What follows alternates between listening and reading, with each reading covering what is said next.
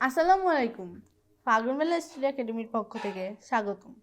আজ আমরা অষ্টম শ্রেণীর বাংলা বইয়ের ৫১ পৃষ্ঠার সমাধান নিয়ে আলোচনা করব।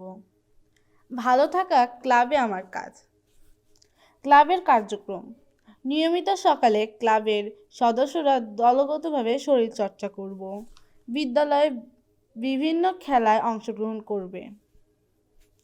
প্রাথমিক চিকিৎসা প্রদানে সকল উপকরণ প্রস্তুত রাখবে।